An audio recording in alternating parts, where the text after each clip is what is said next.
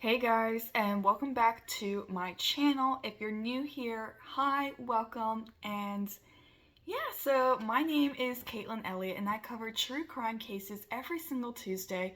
And if this is something that interests you, please go ahead and hit that subscribe button and turn on your notification bell so that you never miss an upload. And also, happy 4th of July. Today's the 4th of July as I'm filming this. As you can see by my outfit, I am dressed up very patriotic today.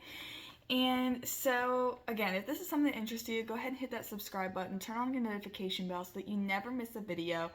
And now that you've done this, let's get into today's case.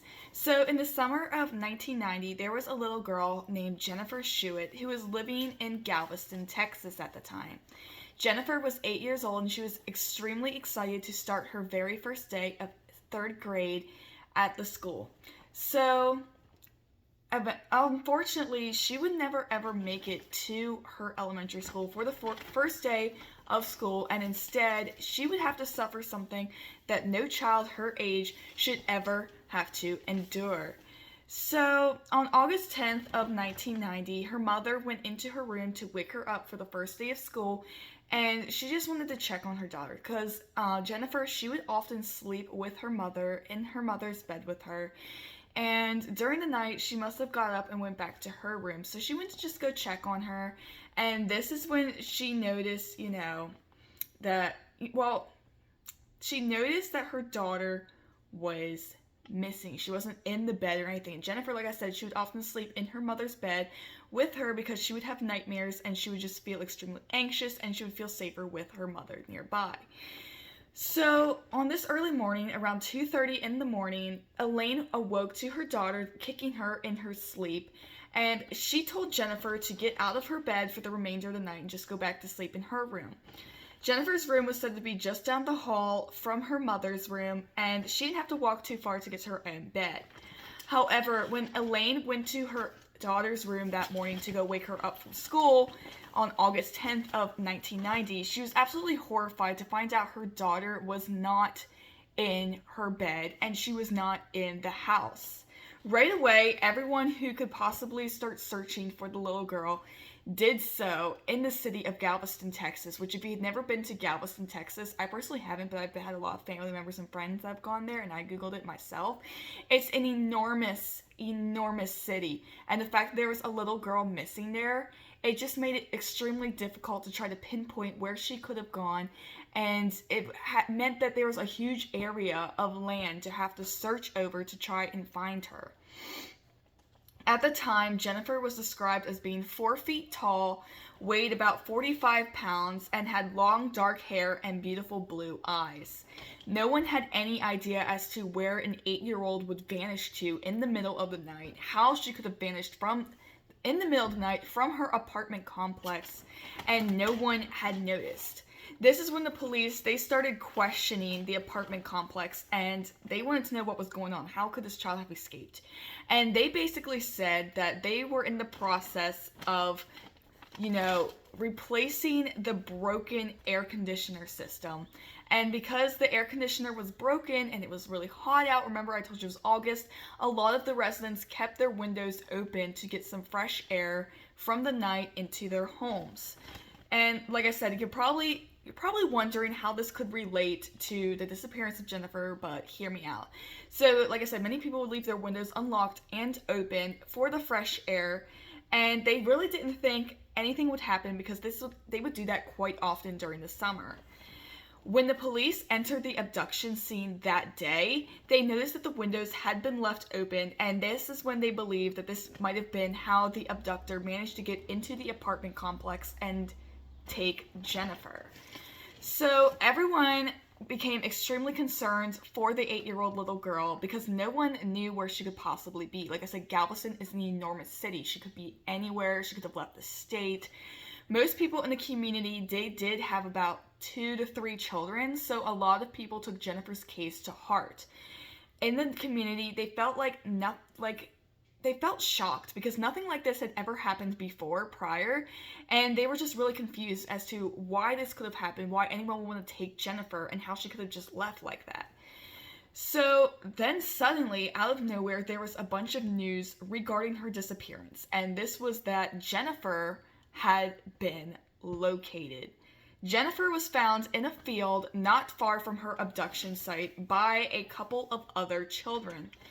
Back in 1990, the field that she was found, that she was discovered in, would often be an area where a lot of local children would be playing in. And it wasn't too odd to find out that, the children who were playing there were the ones who discovered Jennifer. On this particular day that she was found, it had been raining pretty hard. The girl was drenched from head to toe from the rain, and she was just cold and just very upset. It's also raining outside too right now, so it's kind of ironic. So the children who were playing around and discovered her were absolutely horrified because they didn't see her moving, and they believed that she had been deceased at this point, and they thought that they stumbled across the body of a child. Much like, the movie Stand By Me, they stumbled upon a body of another child because they weren't looking for the body. But, it's so creepy and eerie to think that they found Jennifer and they were so scared out of their minds they believed that she was deceased. However, it was discovered at the time that she was, in fact, alive. So Jennifer, she was found barely breathing and covered in hundreds and hundreds of fire ant bites, which if you've never been bitten by a fire ant, it's not pleasant. It hurts, it burns, and she got hundreds of those bites too. So the children, like I said, they were horrified to find this. They ran to their parents and they told the police about this. And not only was Jennifer discovered with these hundreds and hundreds of fire ant bites, but she also had suffered an extreme amount of blood loss. And this was due to a slice from a knife that was cut across her throat, right around here-ish. So she was then taken into a helicopter that had arrived at the scene to help transport her to the local hospital.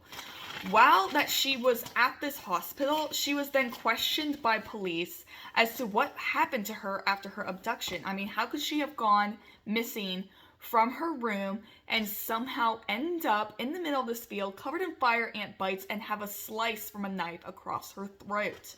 The paramedics then rushed Jennifer by something called life flight after she was questioned by the police to the John Sealy Hospital in Galveston, Texas.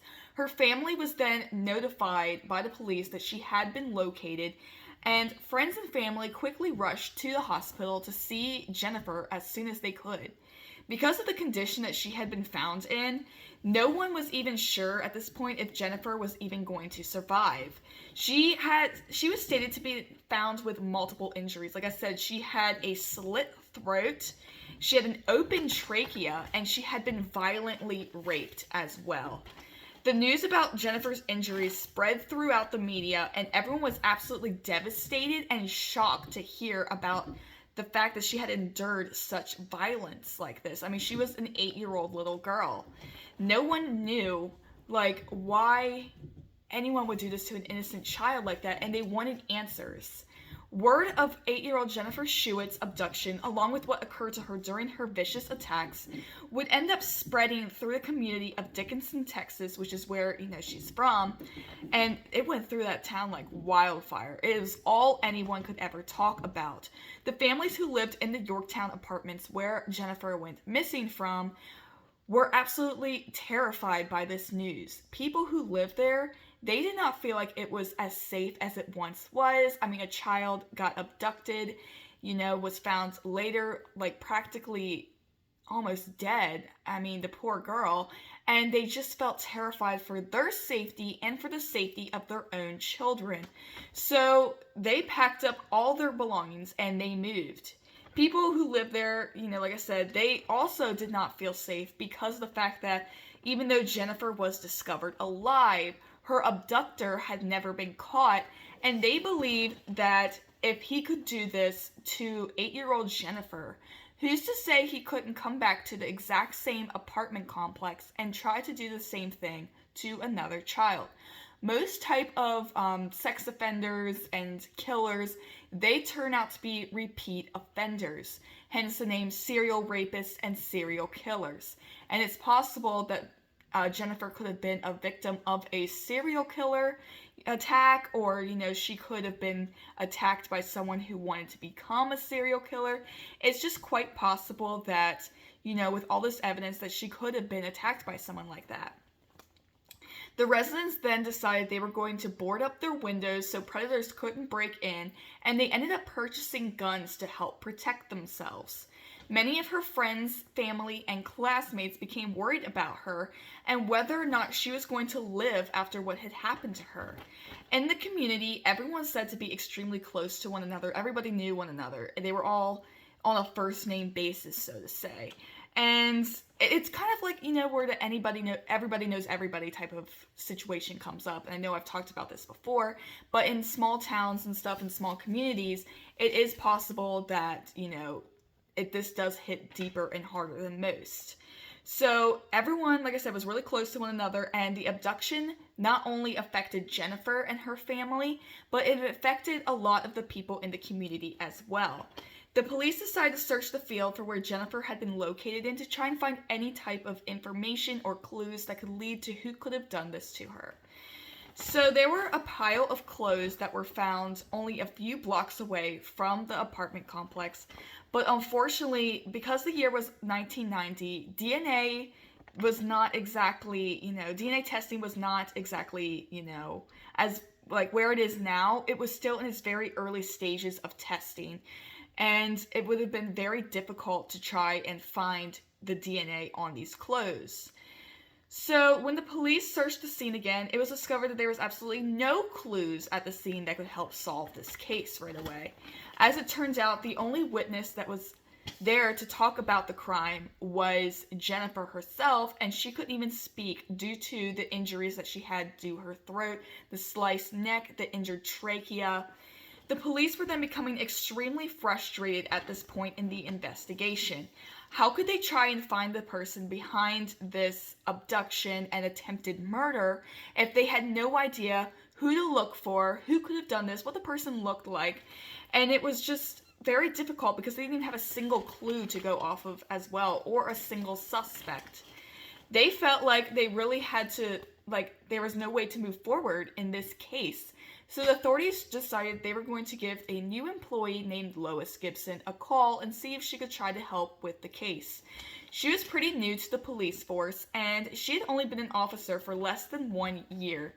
So she worked there as a sketch artist. And if you don't know what a sketch artist is, usually they work in the forensic department, and when someone tries to explain what their abductor looked like, or, what this person looked like who harmed another person that you saw, they basically just draw a sketch of the details that you provide to them, and this becomes, essential for searching for a suspect. So Lois ended up receiving a call on August 14th of 1990, which was 4 days after the crime had originally occurred, and she quickly made her way to the John Seeley Hospital to go speak to Jennifer in the pediatric intensive care unit.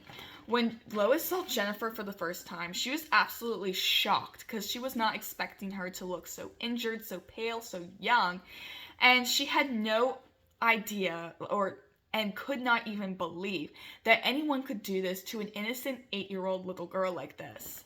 No one knew this, but Jennifer had actually come up with a plan that she was going to put forth into motion after she left the hospital, because she wanted to catch her abductor and make sure that he would never do this to anybody ever again. However, because she wanted to help the authorities with the case, this meant that Jennifer would have to relive her attack, and this could be extremely difficult, especially if she were to say was suffering from PTSD due to the trauma that she had faced. She was actually so scared of this guy, and she worried that her attacker would actually come to the hospital, try to stalk her, and even target her nurse's daughter when she stated to Jennifer that she had a daughter around Jennifer's age. So she just wanted to do whatever she could to help put her attacker behind bars and get him punished for his crime, but she was also scared, of what he could possibly do. So the sketch artist named Lois, she got a very detailed description of the abductor from Jennifer that day, and she ended up depicting a man who was in his 30s with dark hair, bushy eyebrows, and a mustache. Young Jennifer was also able to recall the vehicle that he had abducted her into and drove off with her inside of. And she had the sketch artist also include the exact same color of the vehicle that she had ridden in. Because she was paying so much attention to the details of her crime, this is what made it so essential to the sketch artist and to the authorities to try and find out who could have done this to her. In the days that would go by, Jennifer would continue to improve while staying in the hospital, and this really impressed a lot of the doctors there because they did not expect her to heal as quickly as she did, and they did not expect her to even survive, honestly. At one point, she even stood up with wires attached to her, and she started talking to the nurses and walking around, which was incredibly inspirational to everybody at the hospital. This little 8-year-old girl was almost killed, was found like an inch away from death, and here she is standing up, having full-on conversations. No one thought she would ever talk again. You know, it was just so inspirational to everybody there.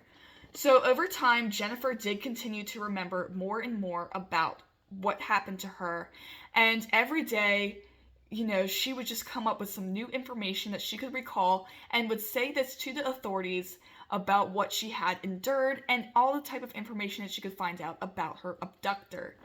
She had absolutely no voice because of her trachea being injured, and at one point the doctors did believe that she would never talk again. Despite this declaration, Jennifer would once again prove the doctors wrong, and she would go and surpass everyone's expectations for her.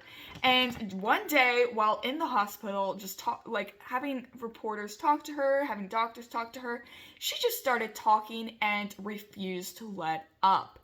The young girl started telling the authorities, her friends, her family members, the hospital staff, about what her abductor had done to her, what he looked like, and anything that she could remember off the top of her head that could be useful information for the case. So as the years continued to go by, Jennifer did grow up into a young woman because, like I said, she did survive this attack, and she decided that she was going to take her own fate into her own hands. She refused to let her be known as some, little innocent, kidnapping victim that society deems to be weak and traumatized and wanted to pity her, and she decided to turn her trauma into action that could help other people. She dedicated her time to helping the law enforcement officers do what they could to help catch the man responsible for her abduction so he could get put behind bars. Unfortunately, as much as Jennifer knew at the time, she had no idea whether or not her abductor was still living in the area, what his name was, whether or not he was still alive at this point, but she refused to let that ruin her life. She just wanted to get closure. She wanted the guy who did this to her to suffer for and pay for his crimes.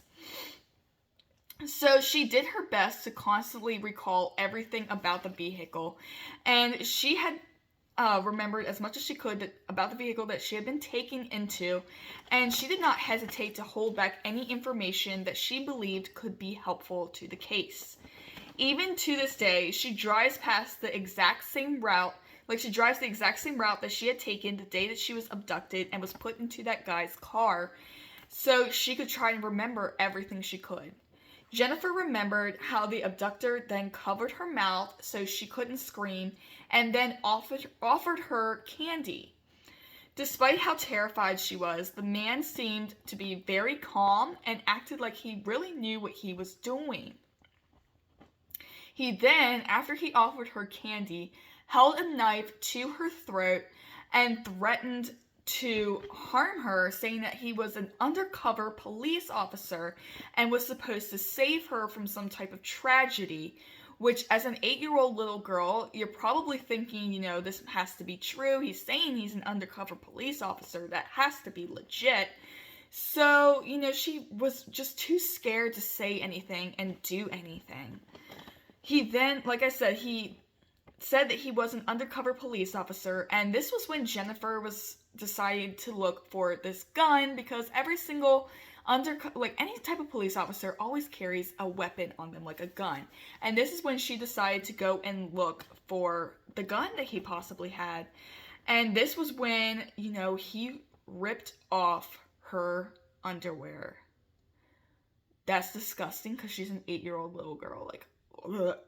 According to Jennifer, the details after what this happened, they became extremely fuzzy, but she could still recall the agonizing images from what she had endured. I mean, it's possible that whenever someone has very fuzzy memory about what happened, it's possible that this person might put chloroform, like a chloroform-soaked cloth, over top of her nose and mouth to make her pass out.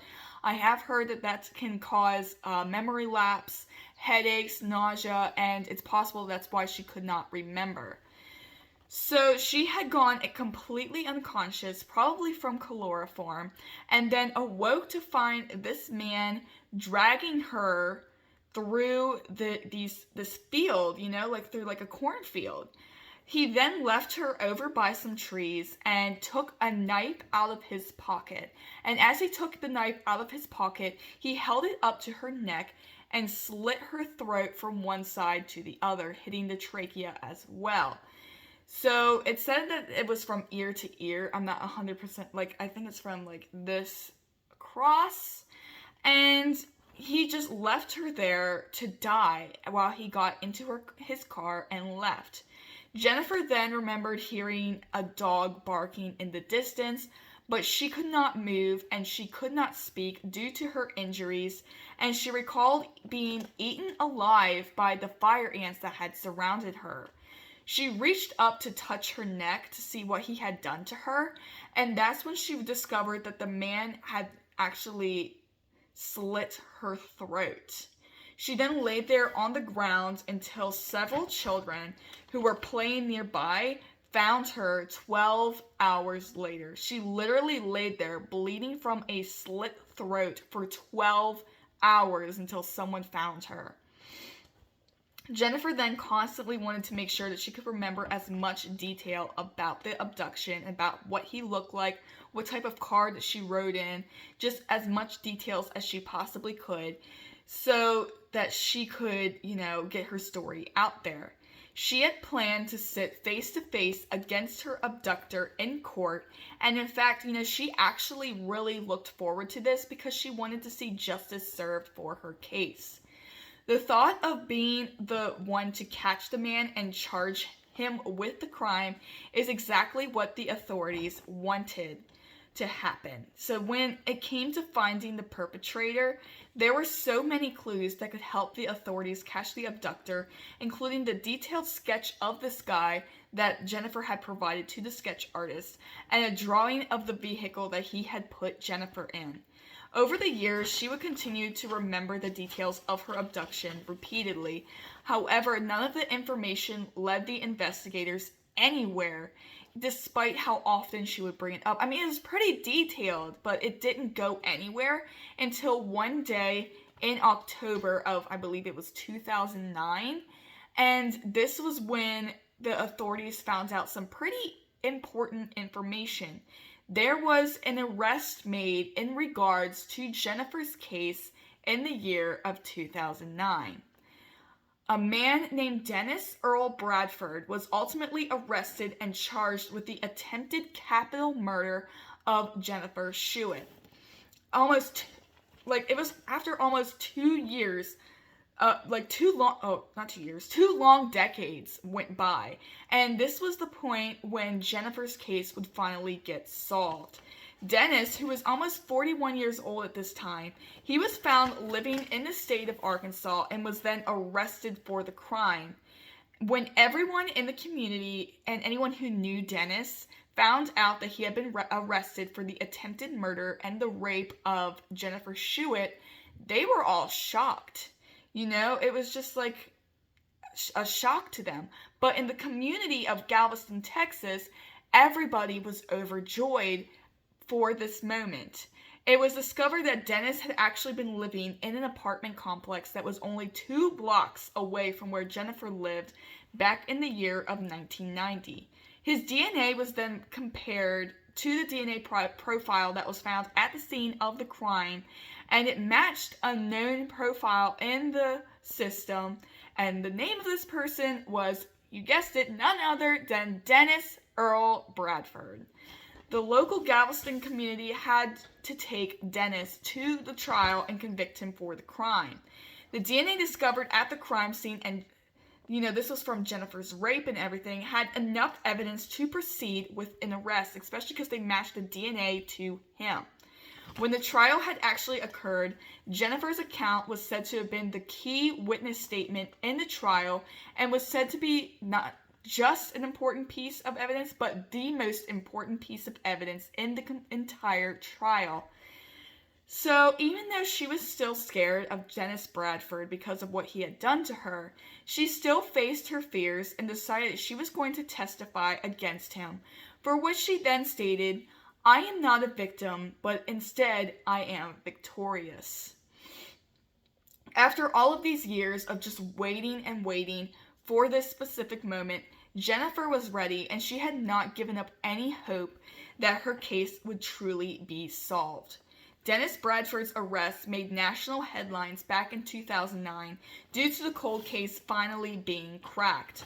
Authorities believe that this is because of the advancements in technology for DNA, like DNA technology, that were not as good as they were back in the year of 1990. Many people who heard about Dennis being arrested were absolutely stunned because, like I said, they were not expecting this. And they all pictured him as the same innocent 16-year-old guy that, was so kind to everybody that he ever met. But authorities really wanted to make sure that this was in fact their guy, even though they had DNA evidence and everything. As the news spread, a lot of people in Arkansas were shocked to hear the news about the arrest, because this is apparently where Dennis moved to after he had done his crime to Jennifer.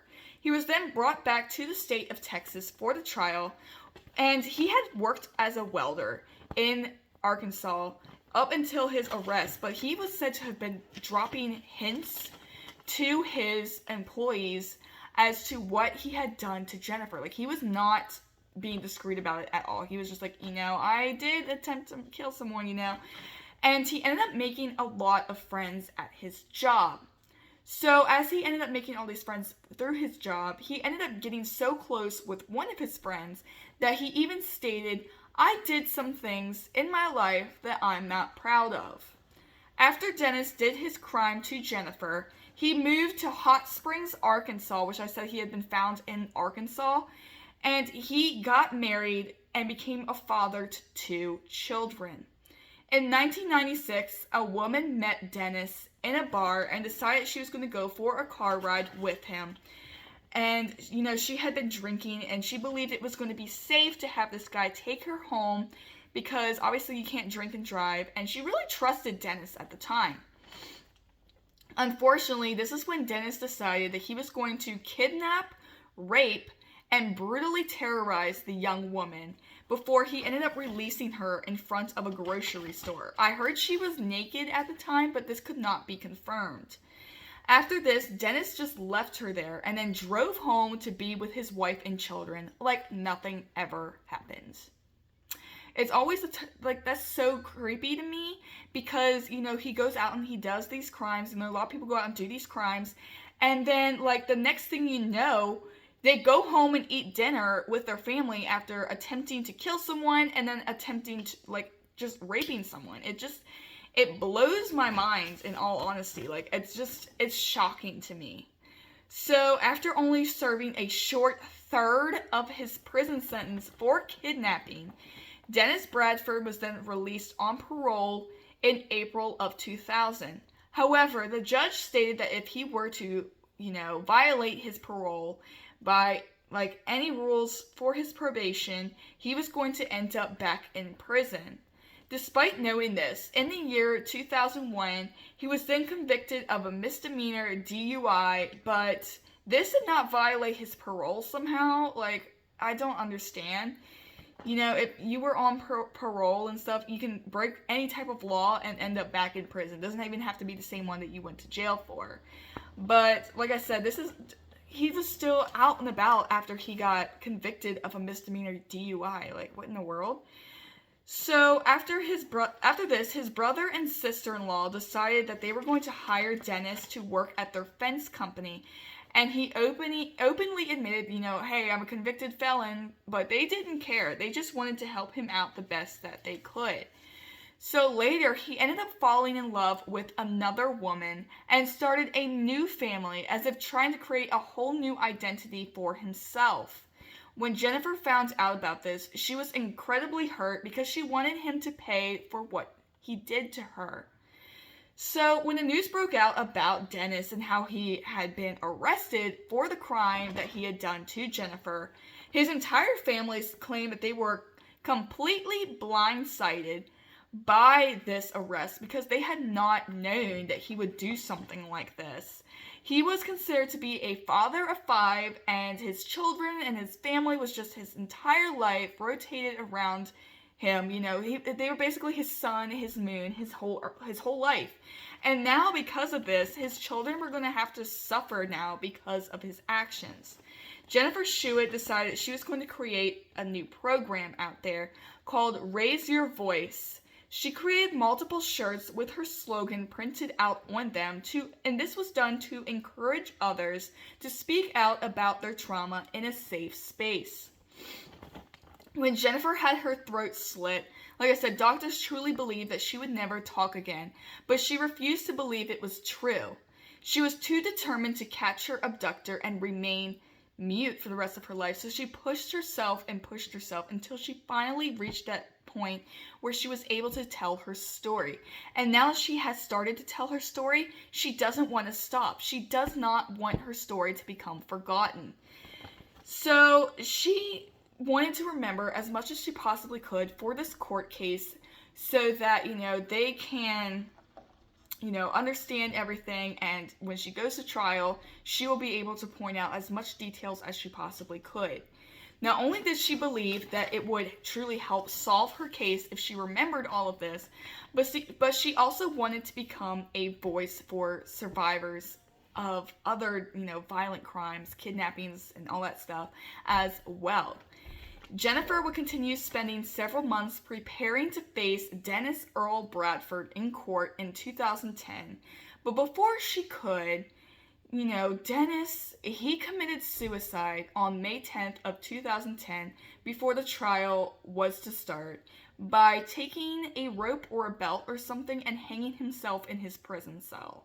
He left behind a suicide note, and this suicide note stated that he claimed full responsibility for his actions. Ugh. It frustrates me knowing that, you know, he took this way out of it, like he committed suicide so he couldn't face the actions and go to trial and end up being in prison for the rest of his life. It frustrates me so much. As always, you know, I would love to know what you guys think about this case, and, you know, just let me know if you guys think it was ridiculous that, you know, he was out on parole instead of spending the rest of his life in prison for that, like. And then, whenever he does get the life sentence, while he's in his jail cell, he ends his own life. Like, that just, oh my god. I can only imagine how frustrated Jennifer has been throughout this entire trial. I mean, I know she said that she was victorious, that she found someone. Like, they found the guy, but he didn't even get to spend the rest of his life behind bars. He took the cowardly way out and ended his life so he wouldn't have to face the truth and reality of what he did to her. So, as always, I would love to know what you guys think about this case down below in the comments section. Do you guys agree with me that, you know, maybe like what he did was just cowardly, that, you know, he should have been there for the trial and gotten like a full life sentence? Do you guys think that it's amazing that Jennifer did in fact survive? This is an amazing survival story. One of the most incredible ones that I've ever heard in my life. I mean, she was like minutes away from dying, found by a bunch of children, And then they went on to like find her abductor. Hold on a second, I got itchy nose. Find her abductor through DNA testing in 2009. They arrested him, was going to take him to trial, and then, he died before anything could have happened. And it blows my mind. Thank God that Jennifer remembered everything that she did, because he would never have been caught otherwise. So, like I said, thank you all for listening to my video. Don't forget to like this video, subscribe to my channel, turn on those notification bells so you never miss a video. I post on my channel every single Tuesday. And I hope you guys have an amazing 4th of July. And yeah, I'll see you guys in my next one. Don't forget to list below any type of case suggestions. I take all case suggestions as well.